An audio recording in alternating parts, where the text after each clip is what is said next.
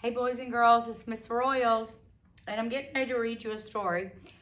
And I know you've probably done activities in school about this guy, but I'll just give you a little hint. He wore a pot on his head, okay?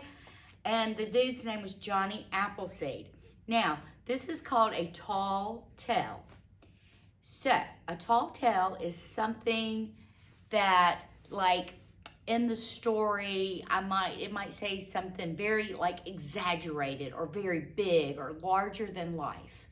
And what I want you to do is I want you to listen for those things. And if you hear something like that, like Johnny Appleseed walked 3 million miles and planted 6 zillion apple trees. Okay, that's part of a tall tale. That's an exaggeration. So while I'm reading it, I want you to have a piece of paper and a pencil, and I want you to write things down that you think might be exaggerated. All right, let's get started. Johnny Appleseed.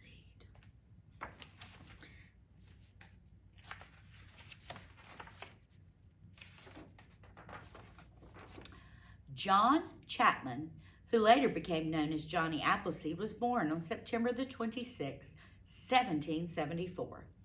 When apples on the trees surrounding his home in Leominster, Massachusetts, were as red as autumn leaves. John's first years were hard. His father left the family to fight in the Revolutionary War, and his mother and his baby brother, they both died before his second birthday.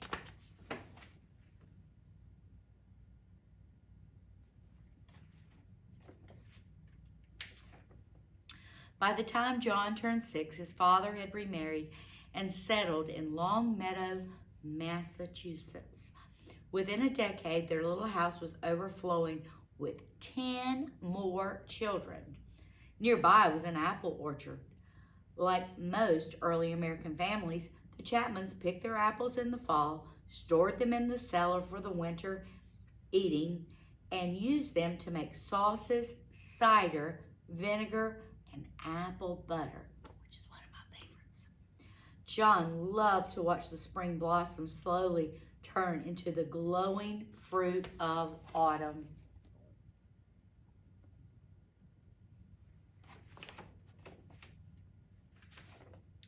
Watching the apples grow inspired in John a love of all of nature. He often escaped from his boisterous household to the tranquil woods. The animals sensed his gentleness and they trusted him.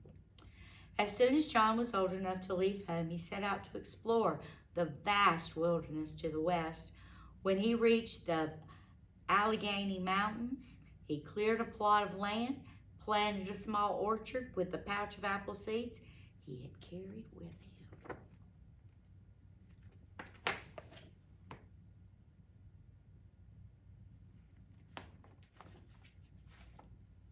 John walked hundreds of miles through the Pennsylvania forest, living like the Indians he befriended on the trail.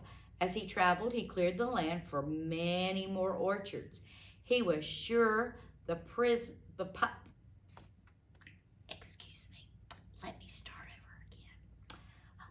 He was sure the pioneer families would be arriving before long, and he looked forward to supplying them with apple trees.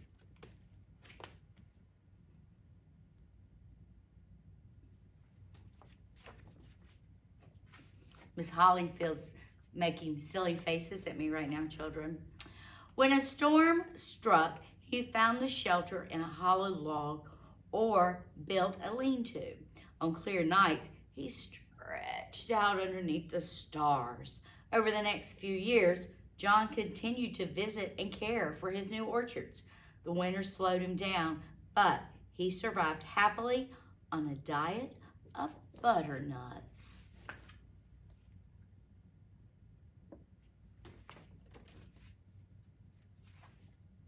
One spring, he met a band of men who boasted that they could lick their weight in wildcats. They were amazed to hear that John wouldn't hurt an animal and had no use for a gun.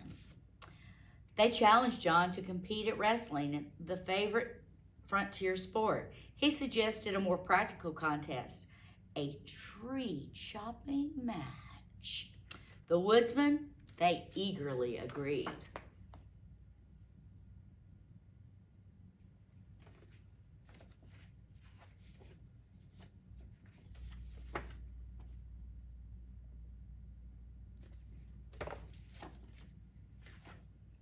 When the sawdust settled, there was no question about who had come out on top.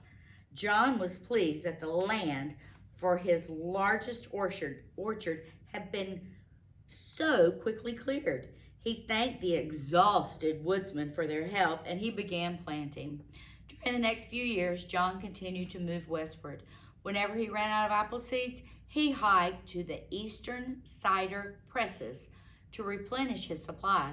Before long, John's plantings were spread across the entire state of Ohio.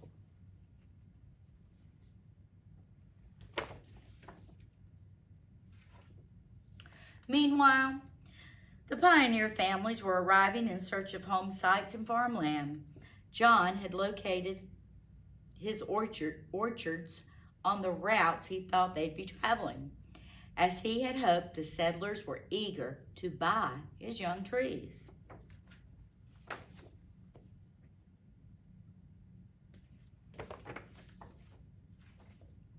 John went out of his way to lend a helping hand to his new neighbors. Often, he would give his trees away. People affectionately called him Johnny Appleseed, and he began using that name. He particularly enjoyed entertaining children with tales of his wilderness adventures and stories from the Bible.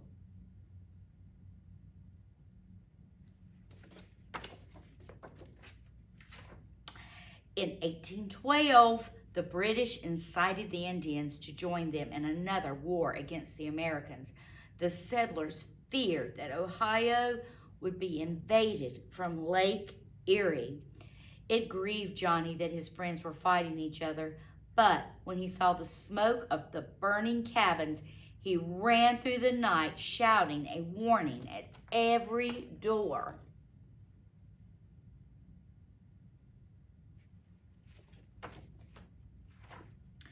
After the war, people urged Johnny to build a house and settle down. He replied that he lived like a king in his wilderness home, and he returned to the forest that he loved. During his long absences, folks enjoyed sharing their recollections of Johnny. They retold his stories, and sometimes they even exaggerated just a little bit.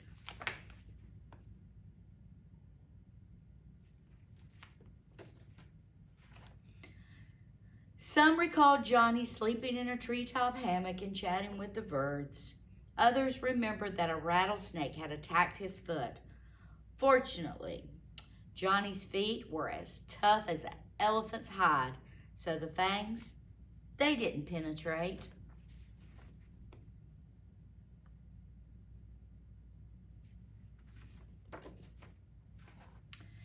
It was said that Johnny had once tended a wounded wolf and then kept him for a pet. An old hunter swore he had seen Johnny frolicking with a bear family. The storytellers outdid each other with tales, tall tales about his feats of survival in the untamed wilderness.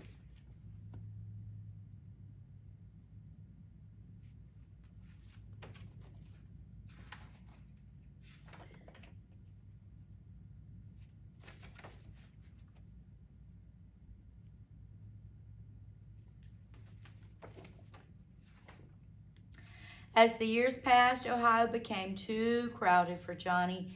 He moved to the wilds of Indiana, where he continued to clear land for his orchards. When the settlers began arriving, Johnny recognized some of the children who had listened to his stories. Now they had children of their own.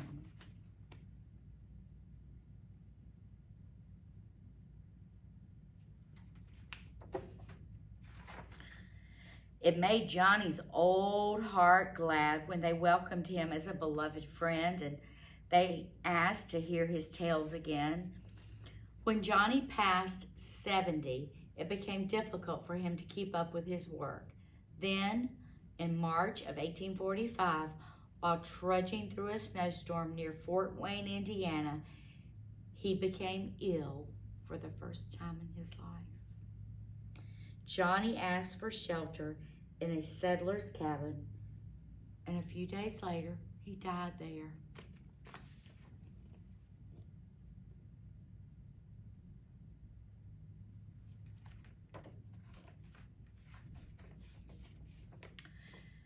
Curiously, Johnny's stories continued to move westward without him. Folks maintained that they'd seen him in Illinois or that he had greeted them in Missouri, Arkansas, or Texas. Others were certain that he had planted trees on the slopes of the Rocky Mountains or in California's distant valleys. Even today, people still claim that they've seen Johnny Appleseed.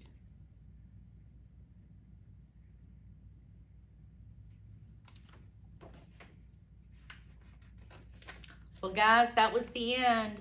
I hope you got a lot of stuff written down about about why this book was a tall tale and some of the things that, that it said in the book. So get ready. Your teacher's going to ask you those questions. Have a great day.